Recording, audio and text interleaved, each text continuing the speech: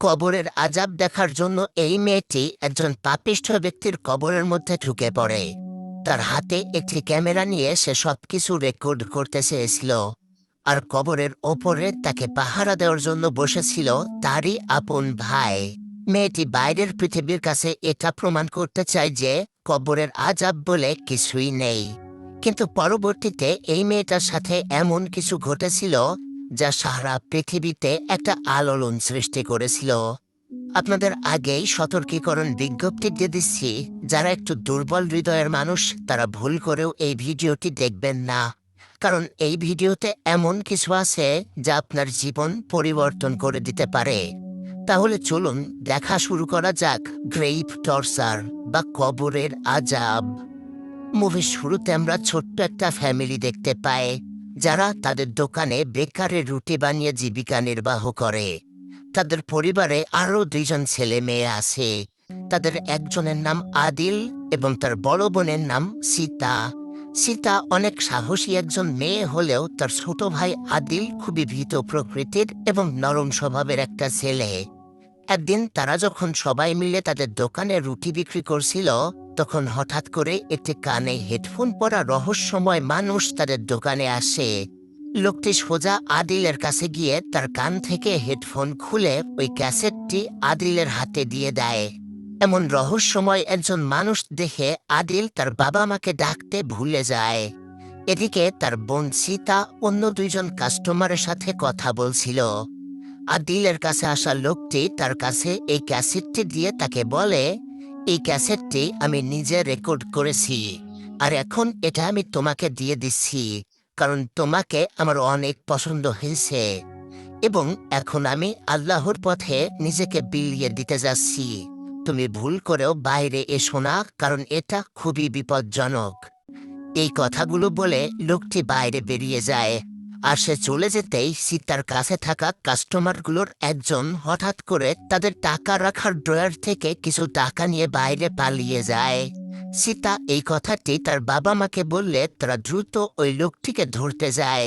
কিন্তু তখনই সীতা এবং আদিল দেখতে পায় বাইরে বিরাট একটা বিস্ফোরণ হলো, আর সেই বিস্ফোরণে তাদের বাবা মা উড়ে গিয়ে দূরে গিয়ে পড়ল। এই প্রচণ্ড বিস্ফোরণের ফলে সীতার মা বাবা এবং সেখানে থাকা আরও অনেকে মারা গিয়েছিল।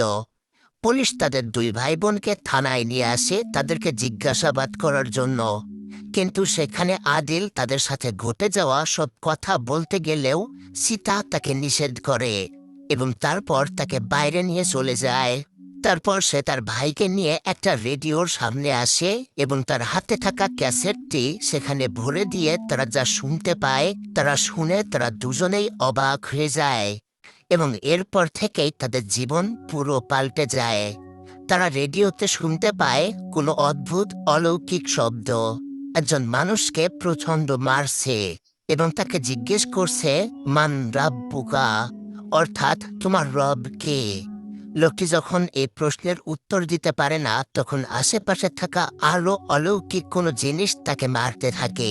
তারপর সে তাকে আবারও জিজ্ঞেস করে, মান দীনুকা, অর্থাৎ তোমার ধর্ম কি ছিল। এই প্রশ্নের উত্তরও দিতে না পারলে তারা আবারও তাকে প্রচণ্ড মারতে শুরু করে। তারা দুই ভাই বোন রেডিওতে ওই ব্যক্তির প্রচণ্ড চিৎকার শুনতে পায়। এরপর ওই অলৌকিক শব্দ ওই লোকটিকে আবারও প্রশ্ন করে, মান নাবিয়ুকা, অর্থাৎ তোমার নবী কে ছিল। কিন্তু এই প্রশ্নের উত্তরও দিতে না পারলে ওই লোকটিকে আবারও মারা হয়। এই রেকর্ডিং শুনে তারা দুই ভাই বোন প্রচণ্ড ভয় পেয়ে যায় এবং এই ঘটনার পর বেশ কিছুদিন পার হয়ে যায়। আদিল এবং সীতার বাবা মা দুজনেই মারা যাওয়ার কারণে তারা এখন একটা এতিমখানাতে এসে পড়াশোনা করে। এখানে একদিন সীতা ক্লাস করছিল এবং ক্লাসের ম্যাম তাদেরকে পড়াচ্ছিল কবরের আযাব সম্পর্কে। কিন্তু ওই ম্যাম যখন এই ব্যাপারে সীতার কাছে প্রশ্ন করে, তখন সীতা তাকে বলে, কবরের আযাব বলে কিছু হয় না, এইসব মানুষের বানানো কল্পনা। ঠিক এমনই একজন কল্পনাপ্রবণ রহস্যময় মানুষের জন্য আমার বাবা মা মারা গেছে। লোকটি নিজে কবরের আযাব বিশ্বাস করত এবং আমার ভাইকেও সে এটাই বিশ্বাস করাতে চেয়েছিল। তার এমন ভয়ানক কথা শুনে ওই মাদ্রাসার শিক্ষিকা তাকে অনেক অভিশাপ দেয় এবং তাকে বারবার ভালো হয়ে যেতে আদেশ করে। কিন্তু সীতা তার নিজের কথায় অটুট থাকে। ক্লাস শেষ হলে সীতা পালিয়ে তার ভাই আদিলের সাথে জঙ্গলের মধ্যে দেখা করে এবং তারা দুইজন এই মাদ্রাসা থেকে পালিয়ে যাওয়ার সিদ্ধান্ত নেয়। কিন্তু এখান থেকে পালিয়ে যেতে হলে তাদের মাত্র দুইটা পথ খোলা আছে। একটা পথ যেটা প্রধান রাস্তা, সেটা মাদ্রাসার লোকজন পাহারা দিচ্ছে। আর একটা মাত্র পথ বাকি আছে, সেটা হচ্ছে এই টানেলটা। যেহেতু তাদের এখন কোনো উপায় নেই, তাই তারা দুজন এই টানেলের মধ্য দিয়ে পালিয়ে যাওয়ার সিদ্ধান্ত নেয় এবং তারপর ধীরে ধীরে ওই টানেলের মধ্যে প্রবেশ করে। আদিল তার বোন সীতাকে বলে, মাদ্রাসার ছেলেরা বলাবলি করত এই টানেলের মধ্যে নাকি মাদ্রাসার একটা ছেলের আত্মা বাস করে আর সে সবাইকে খেয়ে ফেলে। কিন্তু সীতা অনেক সাহসী একজন মেয়ে ছিল, তাই সে তার ভাই আদিলের কোনো কথা বিশ্বাস করে না এবং তারা দুইজন সামনের দিকে এগিয়ে যায়। যেতে যেতে সীতা কিছুটা পথ এগিয়ে গিয়েছিল, কিন্তু হঠাৎ করেই আদিলের হাতে থাকা টর্চ লাইটটা নিভে যায় আর তারা দুজন ভয়ঙ্কর অন্ধকারের মধ্য দিয়ে পথ চলতে শুরু করে। তাদের এই টানেলের মধ্যে নিঃশ্বাস নিতে অনেক কষ্ট হচ্ছিল, কিন্তু সীতা হঠাৎ করে পিছনে তার ভাইয়ের আসার কোনো শব্দ শুনতে পায় না। আর তারপরে সে তার সামনে একটা ছেলেকে বসে থাকতে দেখে। সে মনে করে এটা তার ভাই আদিল, তাই তাকে উঠাতে গেলেই সেই ছেলেটা ভয়ঙ্কর একটা চেহারায় রূপ নেয় এবং তাকে খেয়ে ফেলতে ছুটে আসে। আসলে এটাই সে মাদ্রাসার ছেলে ইসমাইলের আত্মা, যে বহুকাল আগে মারা গেছে। তাকে দেখে সীতা দৌড়ে আবারও পিছনে মাদ্রাসার দিকে চলে আসে আর বাইরে এসে সে সবাইকে দাঁড়িয়ে থাকতে দেখে, অর্থাৎ তারা দুজনেই ধরা পড়ে গেছে। সীতা যেহেতু এখন একজন অবিশ্বাসী একটা মেয়ে, তাই মাদ্রাসার একজন শিক্ষিকা তাকে সাদা কাপড় খুলে লাল হিজাব পরিয়ে দেয়, অর্থাৎ সে এখন থেকে অবিশ্বাসীদের কাতারে, অর্থাৎ সে জাহান্নামীদের কাতারে। এরপর সীতা তার বেশ কয়েকজন বান্ধবীদের সাথে সকালবেলা পড়তে যাচ্ছিল আর যাওয়ার সময় তার একটা কালো গাড়িতে করে একজন লোককে আসতে দেখে। এই লোকই মূলত এই মাদ্রাসার প্রতিষ্ঠাতা এবং সে এটাকে দেখাশোনা করে। কিছুক্ষণ পর রাতের বেলা যখন সীতা একটা রুমের মধ্যে পড়ছিল, তখন সে বাইরে দেখতে পায় তাদের প্রধান শিক্ষিকা উমাইয়া নামের একজন ম্যামকে ডাকছে। তাকে এভাবে কোথাও চলে যেতে দেখে সীতা বাইরে বেরিয়ে আসে, কিন্তু সে তাদের কথোপকথন শুনে বুঝতে পারে আজকে ওই কালো গাড়িতে আসা লোকটি মাদ্রাসার কোনো ছেলেকে সাথে নিয়ে মজা করবে, আর এটা সে প্রতিনিয়তই করে থাকে। তাদের ম্যাম উমাইয়া প্রধান শিক্ষিকাকে বলে, আমরা কোনো প্রতিবাদ করিনি বলেই ইসমাইলকে তারা ওইসব বাজে কাজ করার সময় মেরে ফেলেছে। আমি চাই না আর কোনো বাচ্চা ছেলের সাথে সে মজা করুক এবং আমি এখনই গিয়ে প্রতিবাদ করব। কিন্তু ওই শিক্ষিকা তাকে অনেক কষ্টের বোঝায় এবং তাকে ফিরে আসার কথা বলে। সীতা বুঝতে পারে সে আজকে ওই টানেলের মধ্যে যাকে দেখতে পেয়েছে তাকে ওই লোকটি মেরে ফেলেছিল, তাই সে কৌতূহলবশত দেখতে যায় তারা আজকে কাকে নিয়ে যাচ্ছে। কিন্তু সেখানে পৌঁছে সে দেখতে পায় ভিতরে তারই ভাই আদিল বসে আছে, অর্থাৎ আজকে ওই লোকটি তার সাথে খারাপ কোনো কাজ করবে। এটা দেখে সে দ্রুত আদিলকে বাঁচাতে যায়, কিন্তু ওই লোকটির একজন বডিগার্ড সীতাকে বাইরে পাঠিয়ে দেয় এবং তাকে ধরে নিয়ে গিয়ে একটা রুমের মধ্যে বন্দি করে রাখে। সীতা ওই রুম থেকে বের হওয়ার জন্য অনেক চেষ্টা করে। সে তার হিজাব খুলে একটা কাঠের সাথে বেঁধে সেটা ভেঙে ফেলার চেষ্টা করে, কিন্তু এর কারণে তার হাতের একটা নখ সম্পূর্ণ উপড়ে যায়।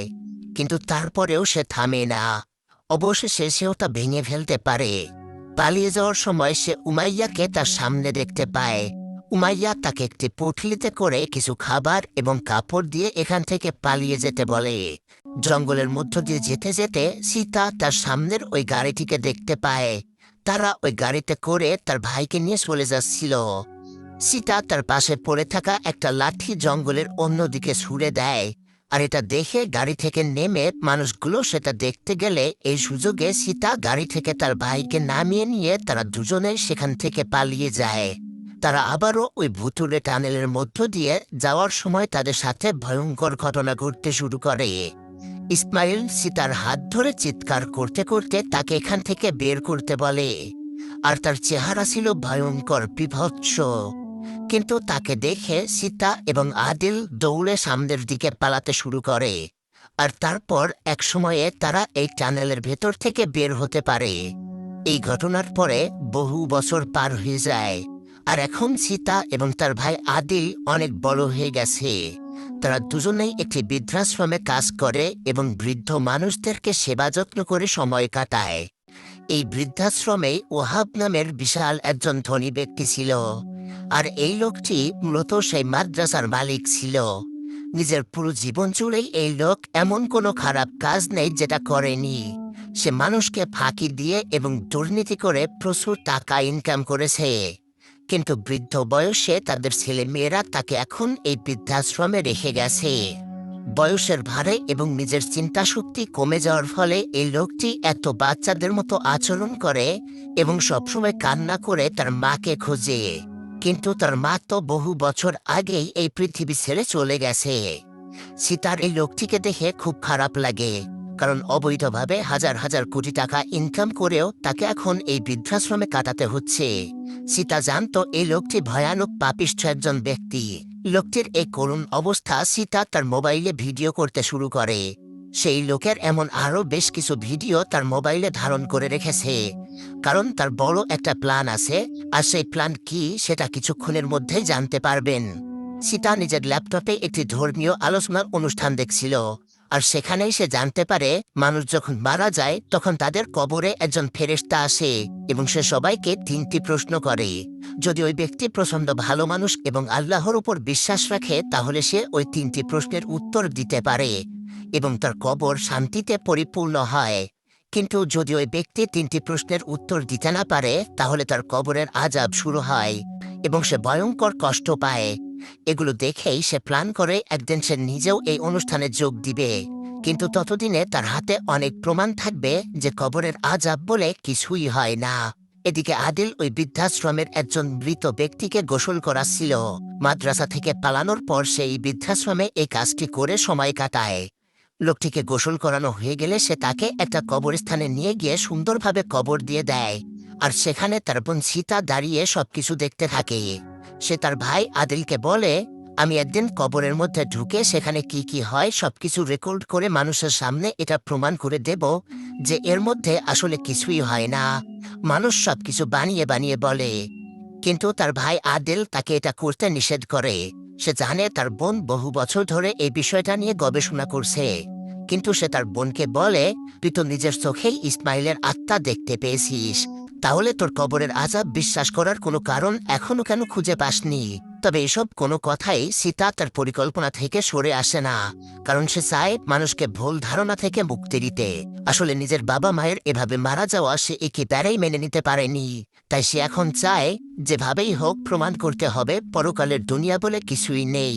তাহলে এমন আধ পাগলা কিছু লোক তার বাবা মায়ের মতো কারোর মৃত্যুর কারণ হবে না। একদিন রাতের বেলা আদিল তার বোন সীতার বৃদ্ধাশ্রমে আসে। এখানে এসে সে ওহাবকে দেখতে পায়, আর তাকে দেখে তার সাথে সাথে মনে পড়ে যায় আসলে এই লোকটি ছিল তার ছোটবেলায় তাকে তুলে নিয়ে যাওয়া সেই মাদ্রাসার লোকটি, যে তার সাথে খারাপ কাজ করেছিল। লোকটিকে দেখতে পেয়ে আদিল তাকে মেরে ফেলার চেষ্টা করে, কিন্তু তার বোন তাকে থামায়। তখন ওই লোকটি নিজেই বলে, আমি খুব খারাপ এবং ভয়ঙ্কর একজন মানুষ ছিলাম, আর সেজন্য আমার এই পৃথিবীতে বেঁচে থাকার কোনো অধিকার নেই। এটা বলে সে নিজেই নিজেকে একটা পিস্তল দিয়ে শেষ করে ফেলে। এরপর আদিল নিজে সেই লোকটিকে গোসল করায় এবং তার শেষকৃত্য কাজের জন্য প্রস্তুত করায়। এটা করতে গিয়ে তার যখন ছোটবেলার কথা মনে পড়ে যাচ্ছিল তখন তার বমি পেতে শুরু করে, আর তারপরে তারা দুজন কবরস্থানে আসে এবং তাকে কবরে নামায়। সীতা তার গায়ের জামাটি খুলে শুধুমাত্র একটি গেঞ্জি পরে এবং নিজের ক্যামেরাটা নিয়ে কবরের মধ্যে নেমে পড়ে। আদিল তার বোন সীতাকে বলে, যদি ভিতরে কোনো প্রবলেম হয় তাহলে সে যেন চিৎকার করে তাকে ডাক দেয়, সে পাশেই বসে থাকবে। আর যদি কোনো সমস্যা না হয় তাহলে সে তাকে পরদিন সকালবেলা নিজেই বের করবে। এই কথা শেষ হতেই আদিল তার বোনকে সহ উপরের ঢাকনা দিয়ে দেয়। ভিতরে অন্ধকার হয়ে যেতেই সীতা তার ক্যামেরাটি অন করে এবং সে সবকিছু রেকর্ড করতে শুরু করে। আর উপরে তার ভাই আদিল একটা হারিকেন জ্বালিয়ে সীতার জন্য অপেক্ষা করতে থাকে। অপেক্ষা করতে করতে তার প্রচণ্ড ক্লান্তি চলে আসছিল, আর এই কারণে সে প্রায় ঘুমিয়ে পড়তে যাচ্ছিল। কিন্তু তার এই পিছনে দেখা যায় বিশাল বড় এবং ভয়ঙ্কর একটা সাপ ঘুরে বেড়াচ্ছে। সাপটা আদিলকে কামড়াতে গিয়েও তার থেকে সরে ধীরে ধীরে কবরের মধ্যে নেমে পড়ে। এদিকে ভিতরে সীতা এখনো তেমন কিছু দেখতে পায়নি। তবে কিছুক্ষণ পরেই সে হঠাৎ করে কাঠের একটা ফুটো দিয়ে ওই সাপটাকে নেমে আসতে দেখে। সাপটা সোজা তার বুকের ওপরে এসে দাঁড়ায়, কিন্তু ওটা কিছুক্ষণ পর তার থেকে নেমে গিয়ে তার পাশে শুয়ে থাকা ওহাবের দিকে যায় এবং তার মুখের মধ্যে ঢুকে পড়ে। এই দৃশ্য দেখে সীতা ভয়ে কাঁপতে শুরু করে, কিন্তু কিছুক্ষণের মধ্যেই সেখানে দেখা যায় একজন ফেরেশতা এসেছে এবং সে ওহাবকে জিজ্ঞেস করছে, তোমার রব কে? কিন্তু ওহাব কোনো উত্তর দিতে পারে না। আর এই কারণেই সেই ভয়ঙ্কর ফেরেশতাটি ওহাবকে বড় একটা হ্যামার দিয়ে তার মাথায় প্রচণ্ড জোরে জোরে আঘাত করতে থাকে। আর এর ফলে তার মাথা দ্বিখণ্ডিত হয়ে যাচ্ছিল, কিন্তু পরক্ষণেই সেটা আবারও আগের মতো পুরোপুরি ভালো হয়ে যাচ্ছে। তারপর ওই ফেরেশতা তাকে আবারও প্রশ্ন করে, তোমার নবী কে? কিন্তু এবারেও ওহাব কোনো প্রশ্নের উত্তর দিতে পারে না। আর এই কারণে ওটা আবারও তাকে প্রচণ্ড আঘাত করে এবং প্রতিবারের মতো তার মাথা আবারও ঠিক হয়ে যায়। কিছুক্ষণের মধ্যেই ওই ভয়ঙ্কর সাপটা তার পেটের মধ্য থেকে বের হয়ে অনেকগুলো মাথা তৈরি করে ওহাবকে একের পর এক আঘাত করতে থাকে। আর এমন ভয়ঙ্কর শাস্তি দেখে সীতা ভয়তে আল্লাহর কাছে ক্ষমা চাইতে শুরু করে এবং সে বারবার চিৎকার করে কাউকে তাকে বাঁচানোর জন্য বলে, কিন্তু এই আযাবের কবরে কেউ আসে না। এভাবে সারা রাত ধরে সেখানে থাকার পরে হঠাৎ করে সীতা দেখতে পায় তার সামনে থেকে কাঠগুলো সরে গেছে আর তার ভাই আদিল তাকে ডাকছে। কিন্তু আদিলের চোখে মুখেও সেই সাপের আঘাত, অর্থাৎ ওই সাপটা তাকেও আঘাত করেছে। সীতা ওই কবর থেকে বের হয়ে আসে আর তারপর আমরা দেখতে পাই সে ওই টিভির প্রোগ্রামে গেছে।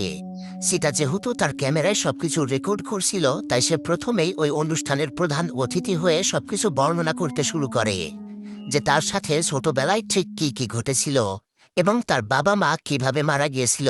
এছাড়াও তার ভাই আদিল একটা মাদ্রাসাতে ওই লোকটার দ্বারা কিভাবে খারাপ কাজের শিকার হয়েছিল সবকিছুই সে বর্ণনা করে।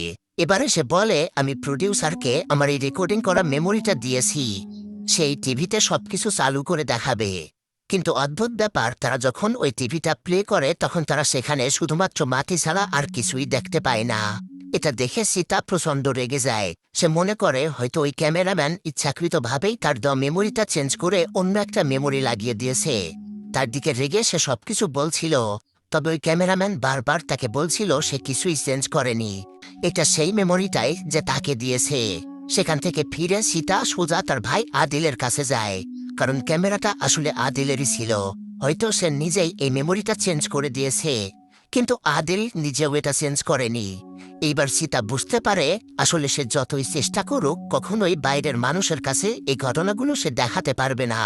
এদিকে আদিল আরেকটি মানুষকে গোসল করাচ্ছিল, কিন্তু তাকে গোসল করানো শেষ হলে সে যখন বাসায় চলে যেতে যাবে, ঠিক তখন সে দেখতে পায় তার রুমের দরজাটি আর খুলছে না। তারপর হঠাৎ করে সে তার পিছনে যে ব্যক্তিকে গোসল করাচ্ছিল তার আত্মা দেখতে পায়। লোকটি তার জন্যই সেখানে দাঁড়িয়ে আছে। এটা দেখে আদিল প্রচণ্ড ভয়ে চিৎকার করতে শুরু করে। সে একটা আলমারির মধ্যে লুকানোর চেষ্টা করে। তারপর সবকিছু শান্ত হয়ে গেলে সে তখন আবারও আলমারিটা খুলে দেখতে যাবে, তখন সে দেখতে পায় তার সামনে ওই লোকটি দাঁড়িয়ে আছে। সে ভয় পেয়ে আবারও আলমারিটা বন্ধ করে দেয়, কিন্তু অলৌকিকভাবে ওই লোকটি এবারে তার আলমারির মধ্যেই চলে আসে। আর আদিলের জীবন এখানেই শেষ হয়ে যায়। একজন অবিশ্বাসীর জীবন জাহান্নামের পথে যাত্রা করে। এদিকে সীতা যখন ওই বৃদ্ধাশ্রমে কাজ করছিল তখন সে হঠাৎ করে টিভিতে দেখতে পায় সারা দেশে তার দেওয়া সেই ক্যাসেটের রেকর্ডটি ফাঁস হয়ে গেছে, আর এটা এখন সবাই শুনতে পারছে। টিভি চ্যানেলের নিউজে মানুষের এই ভয় পাওয়া ব্যাপারটা দেখানো শুরু করে। আর এটা দেখে সীতা আবারও দৌড়ে সেই ওহাবের কবরের কাছে চলে আসে এবং কবরটা সে খোঁড়া শুরু করে।